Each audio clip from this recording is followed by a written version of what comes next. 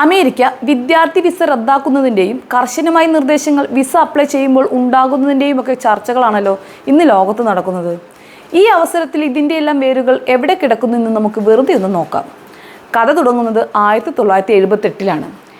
Deng ഷിയാപിങ്ങിൻ്റെ നേതൃത്വത്തിൽ China ഒരു പുതിയ പാതയിലേക്ക് കടക്കുകയാണ്. രാജ്യത്തെ ഏറ്റവും മിടുക്കരായവരെ, വിദ്വാൻമാരെ, ശാസ്ത്രജ്ഞന്മാരെ, എഞ്ചിനീയർമാരെ അമേരിക്കയിലേക്ക് അയക്കുക. എന്നിട്ട് പാശ്ചാത്യ ലോകത്തിൻ്റെ അറിവ് നേടി ആ അറിവ് നാട്ടിലേക്ക് കൊണ്ടുവന്നതിന് ശേഷം പുതിയൊരു ചൈനയെ നിർമ്മിക്കുക. അന്ന് അമേരിക്കയും ചൈനയും തമ്മിലുള്ള ബന്ധങ്ങൾ പതുക്കെ സുഖപ്പെട്ടു വരികയായിരുന്നു എന്ന് വേണം പറയാൻ. വിദ്യാഭ്യാസമായിരുന്നു ഇവർക്കിടയിലെ പ്രശ്നങ്ങൾ മാറ്റാൻ സഹായിച്ച പ്രധാന ഘടകം. തുടക്കത്തിൽ വളരെ കുറച്ച് വിദ്യാർത്ഥികൾ മാത്രമാണ് അമേരിക്കയെ തേടിയെത്തിയതെങ്കിൽ 1980-കളോടുകൂടി ചൈനീസ് വിദ്യാർത്ഥികൾ അമേരിക്കൻ സർവകലാശാലകളിലേക്ക് ഒഴുകിയെത്തുകയും അവരുടെ മേഖലകളിൽ മികവ് തെളിയിക്കുകയും ചെയ്തു. പലരും അവിടെ തന്നെ തുടർന്നു. പതുക്കെ ഈ വിദ്യാർത്ഥികൾ അമേരിക്ക ചൈന ബന്ധത്തിൻ്റെ പ്രതീകമായി മാറി. പക്ഷേ കാലം മാറി.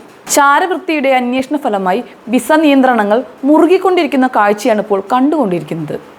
ഇപ്പോൾ വാഷിങ്ടണിൽ നിന്നും ലഭിക്കുന്ന ഞെട്ടിക്കുന്ന വാർത്ത എന്തെന്നാൽ ചൈനീസ് വിദ്യാർത്ഥികൾക്കായുള്ള വിസ റദ്ദാക്കാൻ US പദ്ധതിയിടുന്നു എന്നാണ്. 2 തരം വിദ്യാർത്ഥികളെയാണ് അമേരിക്ക ലക്ഷ്യമിടുന്നത്. ചൈനീസ് കമ്മ്യൂണിസ്റ്റ് പാർട്ടിയുമായി ബന്ധമുള്ളവരും നിർണായക മേഖലകളിൽ പഠിക്കുന്നവരും.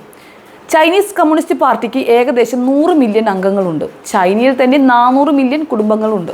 അതായത് ഓരോ 4ാമത്തെ പൗരനും ഏതെങ്കിലും വിധത്തിൽ പാർട്ടിയുമായി ബന്ധപ്പെട്ടിരിക്കാം. അതാണ് ഒരു വിഭാഗം. രണ്ടാമത്തേത് ശാസ്ത്രം, സാങ്കേതികവിദ്യ, എഞ്ചിനീയറിംഗ്, മെഡിസിൻ തുടങ്ങിയ നിർണായക മേഖലകളിൽ പഠിക്കുന്നവർ. ഈ മേഖലകൾ ഏതൊക്കെയാണെന്ന് അമേരിക്ക ഇനിയും വ്യക്തമാക്കിയിട്ടില്ല.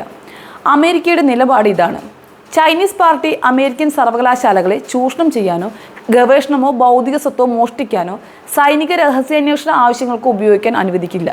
ട്രംപ് ഭരണകൂടം സെക്രട്ടറി മാർക്കോ റൂബിയോയുടെ നേതൃത്വത്തിൽ വിസ പ്രക്രിയയിലൂടെ ദേശീയ സുരക്ഷ ഉറപ്പാക്കുന്നതിൽ ശ്രദ്ധ കേന്ദ്രീകരിച്ചിരിക്കുന്നു. എന്നാൽ ചൈന ഈ നീക്കത്തെ വിവേചനപരമെന്നാണ് വിളിക്കുന്നത്. ദേശീയ സുരക്ഷയെ ആയുധമാക്കി വിദ്യാർത്ഥികളുടെ അവകാശങ്ങൾ ഹനിക്കുന്നുവെന്ന് അവർ ആരോപിക്കുന്നുണ്ട്. മാത്രമല്ല, അമേരിക്കയുടെ സ്വാതന്ത്ര്യവും തുറന്ന മനസ്സും എന്ന പ്രഖ്യാപനം വെറും നുണയാണെന്നാണ് ഈ വിസ റദ്ദാക്കുന്നതിലൂടെ വ്യക്തമാകുന്നത്. മാത്രമല്ല, ഈ തീരുമാനം അവരുടെ അന്താരാഷ്ട്ര പ്രതിച്ഛായയും വിശ്വാസ്യതയും തകർക്കുന്നുവെന്നും ചൈന പറയുന്നുണ്ട്. അമേരിക്കയിലാകെ 11.3 ലക്ഷം വിദേശ വിദ്യാർത്ഥികളുണ്ട്. അതിൽ 2.77 ലക്ഷം, അതായത് 4-ൽ 1 ചൈനയിൽ നിന്നാണ്. ഈ വിദ്യാർത്ഥികൾ ഇപ്പോൾ അനിശ്ചിതത്വത്തിലാണ്. വിസ കിട്ടിയില്ലെങ്കിൽ അടുത്ത വർഷം വീണ്ടും ശ്രമിക്കാം. എന്നാൽ യൂറോപ്പോ ഹോങ്കോങ്ങോ സിംഗപ്പൂരോ പോലുള്ള സ്ഥലങ്ങളും ഞാൻ പരിഗണിക്കുന്നു എന്നാണ് ഇതിനെതിരെ ഒരു വിദ്യാർത്ഥി പ്രതികരിച്ചത്. ഈ നയം ചൈനയുടെ മസ്തിഷ്ക ചോർച്ച കുറയ്ക്കുമെന്ന് മാത്രമല്ല, വിദേശത്ത് പഠിച്ച് താമസിക്കാൻ ആഗ്രഹിക്കുന്നവർ ഇനി നാട്ടിലേക്ക് മടങ്ങാൻ ചിന്തിക്കുക കൂടി ചെയ്യും. എന്നാൽ റിപ്പബ്ലിക്കന്മാർക്ക് ഇപ്പോൾ ചൈനീസ് പ്രസിഡന്റ് ഷീ ജിൻപിങ്ങിൻ്റെ ഏക മകളായ ഷീ മിങ്സെ എന്ന വിദ്യാർത്ഥിയിലാണ് പ്രധാന ശ്രദ്ധ. ഷീ മിങ്സെ മസാച്യുസെറ്റ്സിൽ താമസിക്കുകയും ഹാർവാർഡിൽ പഠിക്കുകയും ചെയ്യുന്നതുകൊണ്ടാണ് അവരാണ് ഇനി അടുത്ത ഇര എന്നാണ് ഒരു വലതുപക്ഷ ആക്ടിവിസ്റ്റായ ലോറ ലൂമർ ഒരു ട്വീറ്റിൽ അവകാശപ്പെടുന്നത്. അതീവ രഹസ്യമായി ജീവിതം നയിക്കുന്ന ആളാണ് ഷീ മിങ്സെ. 2010 മുതൽ 2014 വരെ ഹാർവാർഡിൽ ഒരു വ്യാജനാമത്തിൽ പഠിച്ചുകൊണ്ട് അവർ മനഃശാസ്ത്രത്തിൽ ബിരുദം നേടുകയുണ്ടായി. ചൈനീസ് ഉദ്യോഗസ്ഥർ പറയുന്നത് അവർ പിന്നീട് നാട്ടിലേക്ക് മടങ്ങി എന്നാണ്. എന്നാൽ 2019 അവർ ഗ്രാജുവേറ്റ് പഠനത്തിനായി ഹാർവാർഡിലേക്ക് തിരിച്ചുപോയെന്നും ചൈനീസ് സുരക്ഷാ ഉദ്യോഗസ്ഥരോടൊപ്പം മസാച്യുസെറ്റ്സിൽ താമസിക്കുന്നുവെന്നും റിപ്പോർട്ടുകൾ പറയുന്നുണ്ട്. മാത്രമല്ല, 2019 തന്നെ ഷീ മിങ്സയുടെ ID വിശദാംശങ്ങൾ ചോർത്തിയതിന് ഒരു ചൈനീസ് ടെക്നീഷ്യന് 14 വർഷത്തെ തടവിന് ശിക്ഷിക്കുകയുണ്ടായി.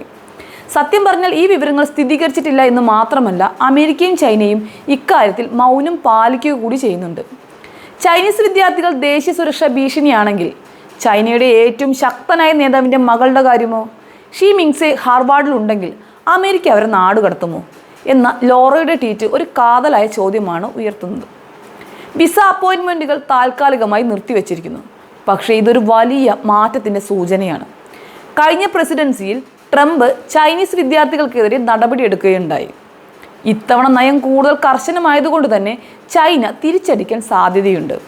ഇത് 2 രാജ്യങ്ങളും തമ്മിലുള്ള വേർപിരിയലിന് കാരണമാകുമെന്ന കാര്യം എടുത്തു പറയേണ്ടതില്ലല്ലോ. സത്യം പറഞ്ഞാൽ ഇതിനിടയിൽ കുടുങ്ങിയത് കുറേ പാവം വിദ്യാർത്ഥികളാണ്. 1970-കളുടെ അവസാനത്തിൽ പഠിക്കാൻ ആകാംക്ഷയോടെ, പ്രതീക്ഷയോടെ ചൈനീസ് വിദ്യാർത്ഥികൾ US-ലെത്തി. എന്നാൽ 2025 ആയതോടുകൂടി അവർ ഒരു കുറ്റവാളിയെ പോലെ ട്രീറ്റ് ചെയ്യപ്പെടുന്നു. ഒരു കാലത്ത് നിഷ്പക്ഷമായ ഇടമായിരുന്ന വിദ്യാഭ്യാസം ഒരു ഭൗമരാഷ്ട്രീയ യുദ്ധക്കളമായി മാറിയിരിക്കുന്നു എന്ന് സാരം.